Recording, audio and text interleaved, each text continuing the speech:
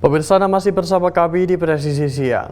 Kita beralih ke informasi mancanegara. Pemirsa, meski Tiongkok dan negara barat mendorong pengembangan kendaraan listrik, mobil bertenaga bensin masih mendominasi pasar Afrika. Produsen mobil Tiongkok juga berupaya menembus pasar Afrika Selatan.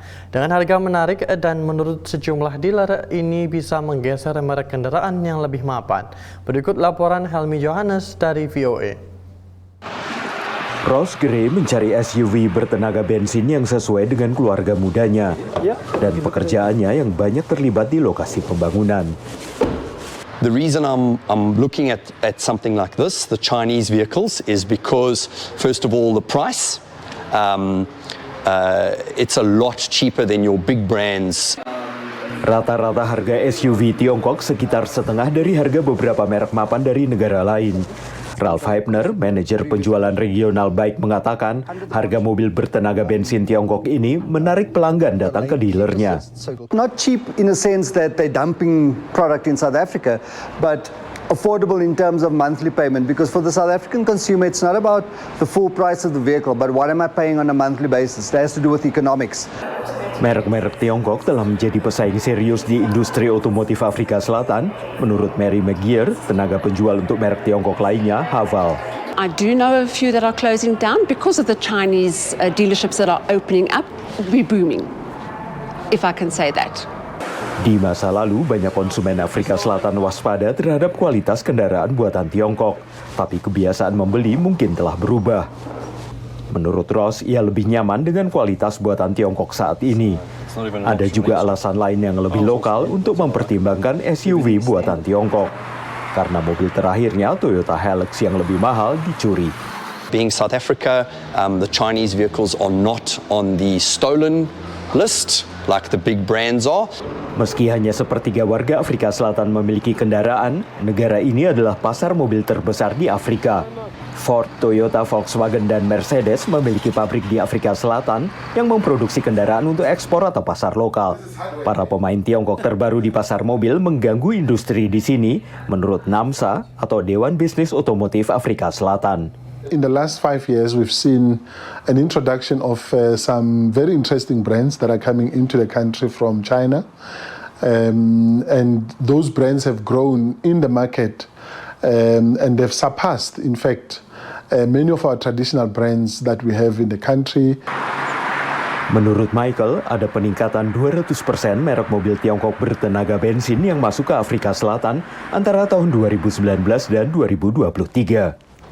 Semakin populernya merek Tiongkok bukan berarti tanpa ganjalan. Tahun 2018, Bike membuka pabrik di Eastern Cape, tapi produksinya dilaporkan terhenti karena pandemi, perselisihan tenaga kerja, dan kurangnya kesadaran merek. They are still in a setting up phase. They've obviously experienced some hiccups in getting that particular plant off the ground. Saat bisnis perusahaan mobil Bike tersendat, Presiden Cyril Ramaphosa melihat ke masa depan yang lebih hijau dengan membujuk lebih banyak investasi dari Tiongkok, termasuk mendesak produsen mobil listrik BYD untuk membuka fasilitas mereka di Afrika Selatan. Dari Arlington, Virginia, saya Helmi Johannes dan tim VOA. Pemirsa, banyak orang tua di AS kini telah mulai memikirkan kado Natal bagi anak mereka, termasuk mainan-mainan favorit. Beragam mainan elektronik dan mainan konvensional tersedia. Dan bila ingin mainan klasik, ada juga mainan yang begitu lama laku dijual sehingga diabadikan di sebuah museum. Berikut laporan Nova Purwadi dari VOA. Sebuah museum di Rochester, negara bagian New York, menjadi lokasi National Toy Hall of Fame, tempat yang mencatat mainan paling bersejarah dan diminati.